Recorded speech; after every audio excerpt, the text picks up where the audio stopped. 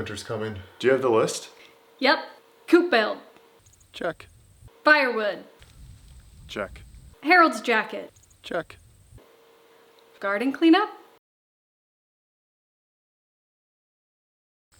Well, it's nice to know that if YouTube doesn't work out, Sarah and I can always go into acting. Today we have a huge project that we have to tackle, and that is this mess of a garden. We haven't really done any weeding or taking out of any of our dead plants from the summer and the early fall. And we got to get ready for winter because we don't necessarily want this covered in snow. So that's what we're going to do today. We're going to take out all this dead stuff. Let's do it.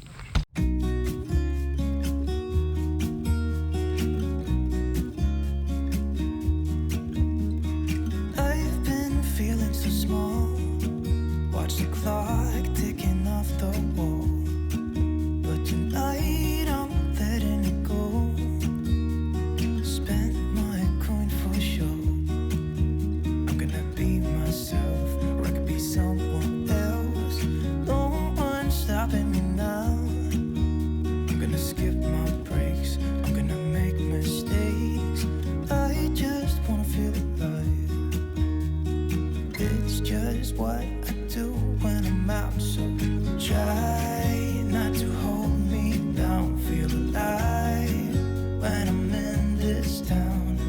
Look at these beautiful stars. I wanna drive a faster car. Nothing can break me, no, nothing can break me. Try not to hold me down. Feel alive when I'm in this town. Look at these beautiful stars. A few moments later.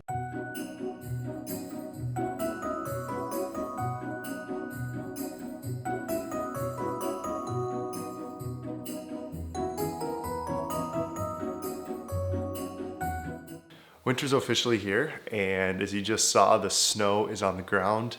And one of the biggest things every year that we have to do is to clean the garden beds out, which you just saw. And along with cleaning them out and getting the old plants out, we have to plant new plants for next year. So things like garlic and things like onions that do well when they have time to harvest, time to sit in the ground, to go dormant over winter. And then come next fall, early fall, probably like August, September or so, we will harvest those and they'll be delicious. It's kind of a long process, but when you want garlic, when you want onions and you live in a cold climate like this, that's what you have to do. Along with cleaning the beds out, we throw everything into a compost pile so that it can compost over winter. The outside of the compost pile will always freeze because it's -20 here sometimes.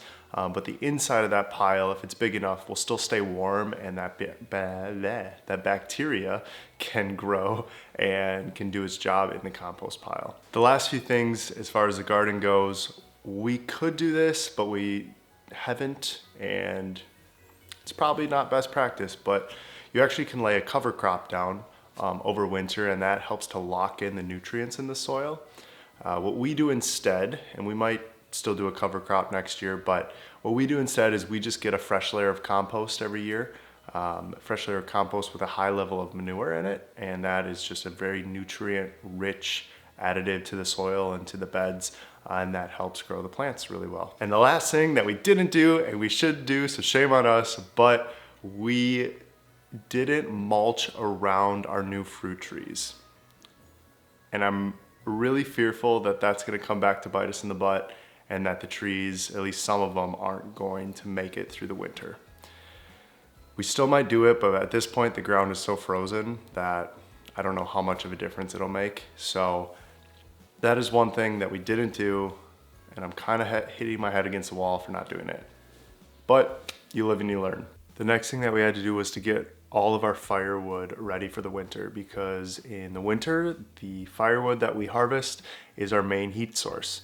And so chopping it down, letting it season for a while, getting it inside, we like to bring a load or two always to have ready on the inside so that we don't, when we run out of wood, it's not a struggle to go grab it in the middle of the night or whatever. The other practical thing that we have to do is to clean the chimney out, because depending, especially on what type of wood you use, you can build up what's called creosote, creosol, one of those two. And it's basically a highly flammable substance that is formed from the burning of wood. And if you have too much buildup out of it, it can be a fire hazard. So we like to clean our chimney twice a year, usually at the beginning of the winter season, right before we start our fire for the first time, and then probably halfway through. So probably in February or so, January, February, we'll go out and clean it again. And that leaves us with a peace of mind knowing that our house isn't going to burn down because of that black creosote. And then this year, for the first time, we had to put new fire bricks into our wood stove. And the fire bricks, what they do is they absorb the heat a lot better than the cast iron metal that the stove's made out of. So they absorb the heat, they hold it on for longer, and they keep the fire going just a little bit better. So fire bricks, they're good to have if you don't have them. And the last major thing that we have to do to get ready for winter is to get our chicken coop ready. And if you've been following the channel at all for any time, you probably know that we built a new chicken coop recently, and it is already paying off because it is so much better than the old coop that we had. But a couple things that we like to do inside the coop is to change out the bedding. So usually during the spring, summer, and fall, we use pine shavings. It's a little bit cheaper, it's a little bit easier to find where we're at. So we'll use that for bedding, but then in the winter we like to switch over to hay, and hay is just a better insulator for the chickens and for our ducks. It holds the heat in better.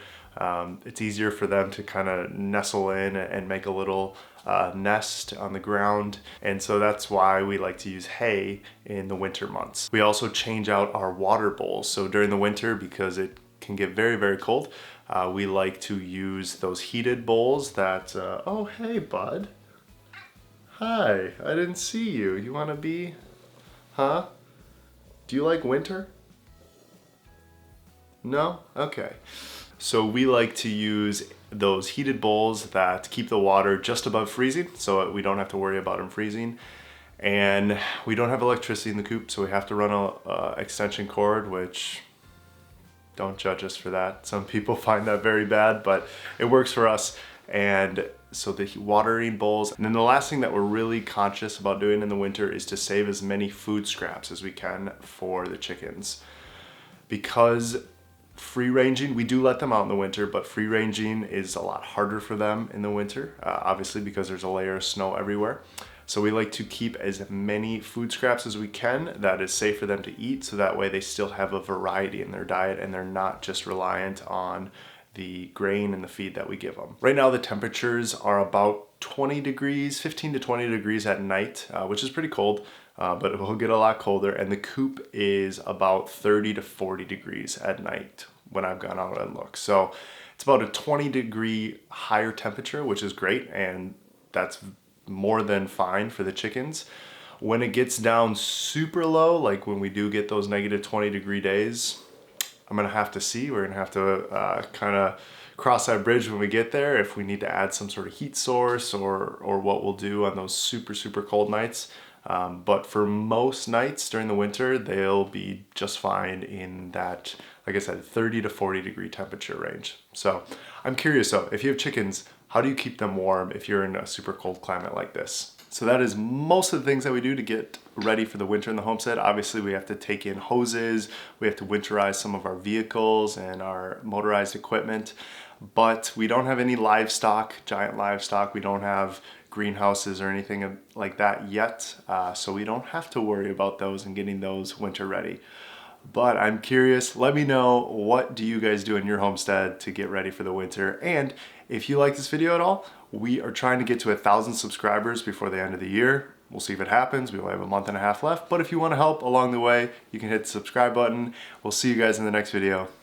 Peace.